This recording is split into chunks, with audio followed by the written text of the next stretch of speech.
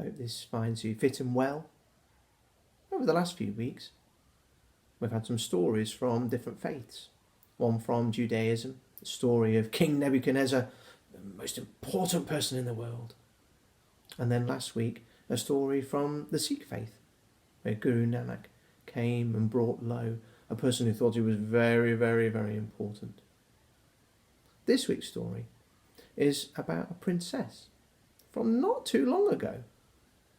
This princess worked very, very hard for all the most vulnerable people in society.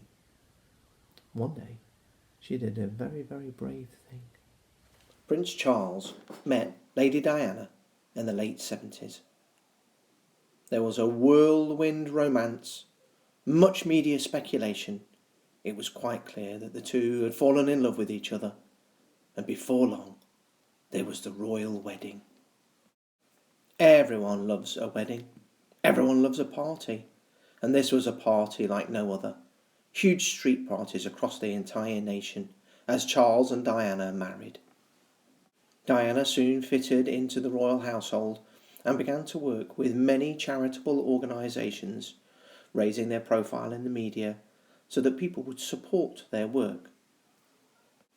At this time, a new disease began to emerge, not just in Britain but around the whole world. This disease was called AIDS and affected certain groups in society. Everyone was afraid of AIDS. AIDS was a killer disease. There was lots of blame in the media. Who was responsible for this? It didn't really matter because people were dying. One such organisation, the Terence Higgins Trust, became known to Diana, and she decided to support its work. She wanted to help, to teach people about AIDS itself, to not stand in ignorance, but to understand that people were victims of AIDS. At that time, AIDS victims were being treated like social pariahs or lepers. Everyone was frightened of them and nobody wanted to be anywhere near them because they thought that being near or touching a victim of AIDS would mean that they would get the disease as well. That just wasn't true. One day, Princess Diana went to a hospital in London. It was the first hospital that had been set up with a special AIDS unit to support victims. There were only 12 people in that unit. Diana met all the doctors and all the nurses that were working there, but there was huge media speculation. Would Diana go and see some of the victims? Would she go near them? Would she even touch them? And if she did, would she keep her gloves on? None of the victims initially wanted to actually meet Diana. They were so afraid that they would be seen in the media, that people would recognise them, that they would continue to be vilified. However, eventually, one of the victims said that they would be prepared to meet Diana. They both went into the same room. One sat opposite from the other. The media were there with their cameras. What would happen next? Diana reached out with her hand and shook the hand of the sufferer. The media went crazy. Here was Diana, Princess Diana, shaking hands with an AIDS victim.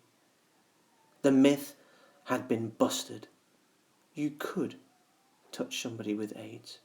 Showing humility and compassion, Diana went on to shake the hands of many other victims. Diana went on to work for over 100 charities in her lifetime. She was much loved and much respected. And then one day, she died in a tragic car accident.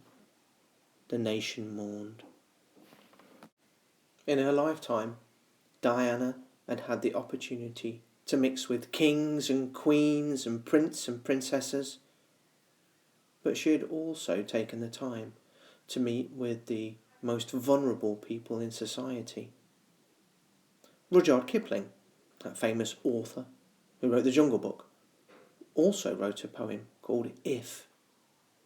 And in that poem he talks about how those people who can associate themselves with kings and queens but can also meet with the most vulnerable in society, are truly wonderful people.